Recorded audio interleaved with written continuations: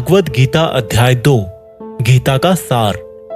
दोस्तों, गीता के दूसरे अध्याय से हमें इमोशनल स्टेबिलिटी, आत्मा, मृत्यु, पुनर्जन्म, डिसीजन मेकिंग के बारे में सीखने को मिलता है और गुस्से का सबसे बड़ा रीजन और उसका सॉल्यूशन क्या है, कैसे आप किसी भी कंडीशन में खुश रह सकते हो और मेहनत कैसे करते हैं, यह भी आपको सीखने को मिलेगा।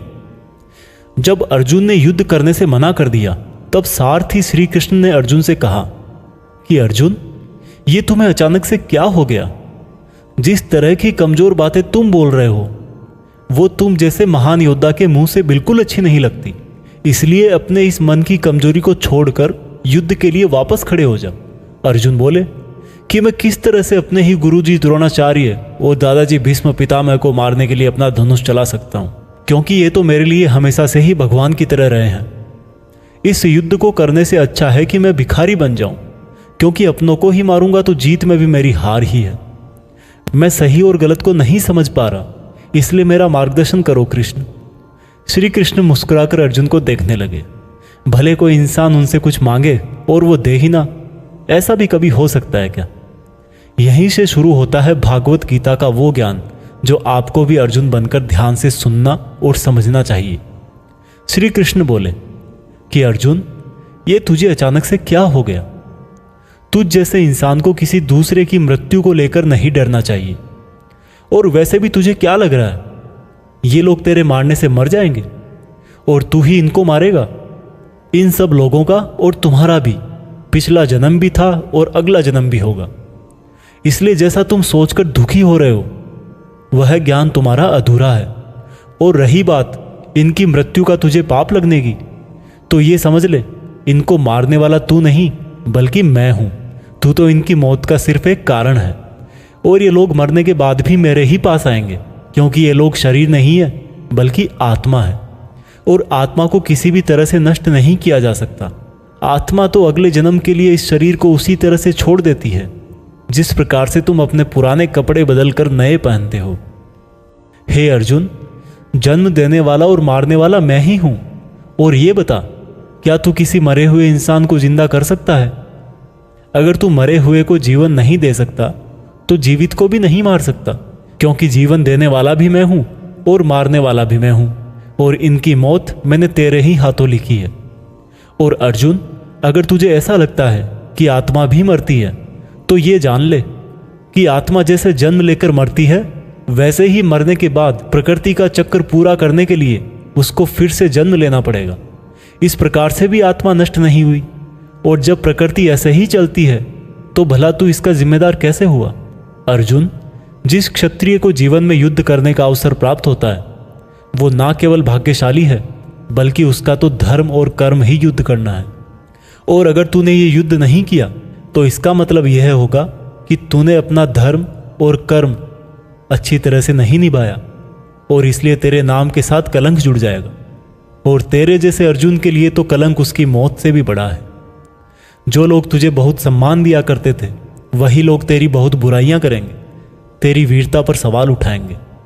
इसलिए अर्जुन, तू सुख दुख, हार जीत और फायदे नुकसान को छोड़कर अपने विचारों को स्थिर कर और युद्ध के लिए धनुष उठा, जिससे या तो तू युद्ध में मारा जाकर मेरी ही शरण में आएगा या फिर विजेता बनकर धरती पर ही सुख भोगेगा।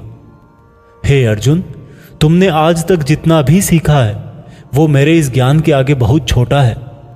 तुम काम करने के पहले ही उसके परिणाम के बारे में सोच लेते हो, जबकि तुम्हें यह जान लेना चाहिए कि फल देने वाला मैं हूं और कर्म करने वाले हो तुम। तुम अपना काम करो, मैं अवश्य अपना काम करूंगा। इस बात पर अर्जुन ने श्री कृष्ण से सवाल किया कि आपने मुझे अपने विचारों को स्थिर यानी कि अपने इमोशंस और थॉट को कंट्रोल करने को कहा है, तो यह मैं कैसे करूं? इस पर श्री कृष्ण बोले कि जो व्यक्ति अपने मन की सभी इच्छाओं और अपने सभी कर्मों के फल के बारे में सोचना बंद कर देता है वही स्थिर बुद्धि कहलाता है। ऐसे व्यक्ति को ना तो खुद के साथ बुरा होने से दुख होता है और ना ही किसी अच्छे काम में खुशी होती है। जिसके मन से हर प्रकार का डर, भावना और क्रोध नष्ट हो गए हैं, जो शुभ अशुभ के चक्कर से बाहर निकल गया है, जो इस प्रकार से अपनी इच्छाओं को वश में कर लेता है जैसे कोई कछुआ खुद को खुद में ही समेट लेता है, उस मनुष्य की बुद्धि स्थिर हो जाती है, क्योंकि अपनी इच्छाओं के बारे में सोचते रहने से हमें वो इच्छाएं अच्छी लगने लगती है। इच्छाएं अच्छी लगने लगती है तो फिर उन इच्छाओं को पूरा करने का मन करता है। जब उन इच्छाओं को पूरा करने में कोई रुकावट आती है तो फिर हमें गुस्सा आता है, और गुस्सा आने से इंसान पागल हो जाता है, और फिर वो अपना कर्म और धर्म भूलकर खुद ही अपनी स्थिति से नीचे गिर जाता है। परंतु अगर कोई अपनी इच्छाओं को वश में करके उनका गुलाम नहीं होता तो उसका अंतर्मन शुद्ध रहता है और उसके दुख का अंत हो जाता है, और जब उसके सब दुख ही समाप्त हो जाते हैं तो उसकी बुद्धि स्थिर हो जाती है। परंतु जिसकी इच्छाएं और कामनाएं उसके मन से नहीं जाती है वो मनुष्य कभी शांति नहीं पाता, और जब शांति ही नहीं पाएगा तो वो खुश कैसे रहेगा भला। उसकी हालत तो उस नाव की तरह होती है जिसको उसकी इच्छाओं की हवा किसी भी दिशा में बहा करके ले जा सकती है। स्थिर बुद्धि वाला प्राणी तो उस समुद्र की तरह है जिसमें चाहे कितनी ही नदियां आके मिले फिर भी उसको कोई फर्क नहीं पड़ता, और इसी तरह का स्थिर बुद्धि वाला प्राणी मृत्यु के बाद मेरी ही शरण में आता है। दोस्तों, अब आते हैं इस चैप्टर के मीनिंग पर। आप में से बहुत सारे लोग होंगे जो अपने प्रियजनों को खो देते हैं, और आज तक आप लोगों में से जिसने भी अपने प्रियजन को मृत्यु के द्वारा इस संसार से नहीं खोया है उसको भी यह जान लेना चाहिए कि उनकी जिंदगी में भी उनके किसी सबसे प्रिय, यहाँ तक कि खुद की भी मौत एक दिन जरूर होगी। लेकिन इससे उदास होने की कोई बात नहीं है, क्योंकि खुद भगवान ने ही कहा है कि हम अपने जन्म से पहले भी इस दुनिया में नहीं थे और मौत के बाद भी नहीं रहेंगे, लेकिन उस समय हम किसी न किसी रूप में इस ब्रह्मांड में जरूर रहेंगे, और इसलिए हमें मौत से नहीं डरना चाहिए, क्योंकि या तो हमारा पुनर्जन्म होगा या फिर हम परमात्मा में हमेशा के लिए मिल जाएंगे।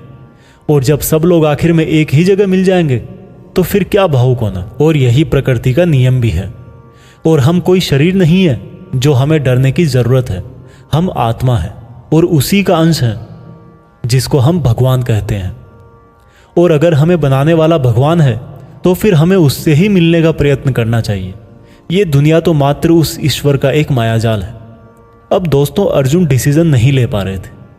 जब भी हम कोई डिसीजन लेते हैं तो एक तरफ हमारा अटैचमेंट होता है और दूसरी तरफ वो होता है जो हमें करना चाहिए, और इसी मोह के चक्कर में हम वो नहीं कर पाते जो हमारा रियल काम होता है और जो हमें लाइफ में सफलता के रास्ते पर आगे ले जाता है। उदाहरण के लिए, अगर आपको घर से दूर पढ़ाई करने के लिए या सपने पूरे करने के लिए घर से दूर जाना पड़ रहा है तो आपको अपने परिवार का मोह छोड़ना पड़ेगा। इसी तरह से आपको हर डिसीजन में यह देखना है कि आपकी लाइफ में मोह कौन कौन से हैं और आपके कर्तव्य के लिए ज़रूरी क्या है। इसके बाद बात करते हैं कि हमारी प्रॉब्लम्स का सबसे बड़ा कारण क्या है और उनका सबसे बड़ा सॉल्यूशन भी क्या है। दोस्तों, हमारे दुखों का सबसे बड़ा कारण है हमारा अपनी इच्छाओं के बारे में सोचना। जब हम अपनी इच्छाओं के बारे में सोचते हैं तो समय बीतने के बाद हम उनको पूरा करने की भी कोशिश करते हैं, और जब वो कोशिशें नाकाम हो जाती है तो हमारे अंदर गुस्सा पैदा हो जाता है।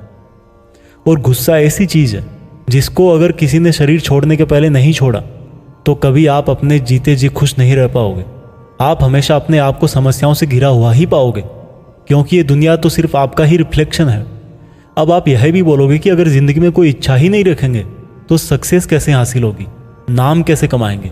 तो दोस्तों, इसके बारे में भगवान कृष्ण ने कहा है कि सबसे पहले आप अपने कर्म को पहचानिए, यानी कि आपके लिए ऐसा क्या करना ज़रूरी है जो आपको अपना लक्ष्य प्राप्त करवाएगा, और उसके बाद सफल होने की उम्मीद या असफल होने का डर मन में पैदा किए बिना अपने काम को ऐसे करें जैसे वो काम आप नहीं बल्कि खुद भगवान कर रहे हैं।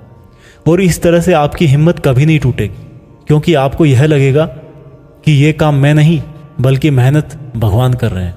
और इस तरह से आपकी हिम्मत कभी नहीं टूटेगी, क्योंकि आपको यह लगेगा ही नहीं कि आप मेहनत कर रहे हो,